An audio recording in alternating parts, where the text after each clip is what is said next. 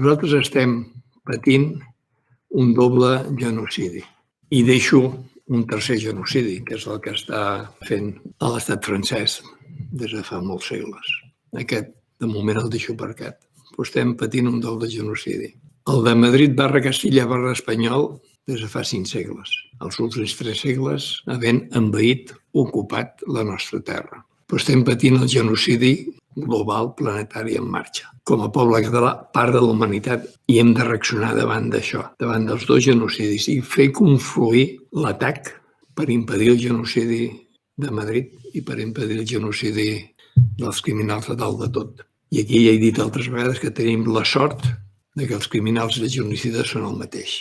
I tenim la sort de que una part important del poble català sent que són traïdors, i un 3% diria sabem que són traïdors, i una part creixent encara petita, lògicament, perquè la majoria, lògicament, creu en el que arriba pels mitjans de comunicació de masses, pels experts oficials al·lopàtics reduccionistes que hi surten, però jo diria que un 10-12% catalans estem qüestionant, i una minoria més, 0,5% amb prou feines, sabem si actuem adequadament els que estem als dos bàndols, que sabem que són criminals i traïdors, i confluïm això és un 40%, això és invencible. I això es pot aconseguir ràpidament si trenquem la censura. Aquí tot esforç per trencar la censura convé fer-ho i trobar els diners per fer mitjans de comunicació propis o persones, empreses, nuclis que ja tinguin els seus propis platós, formes de produir continguts propis.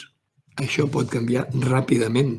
Aquest doble sentiment es pot passar a consciència i un 40% del poble català conscient és invencible. Aquí recomanar una vegada més aquest digital independitzador, catdavant.cat, recomanar Directe 68, totes les seves activitats, els programes de Ràdio Adrian, que n'hi ha més de 130, aquests programes que he mencionat abans de preguntes i respostes en directe que fa el David Raventós. Endavant! Visca Catalunya de nou lliure.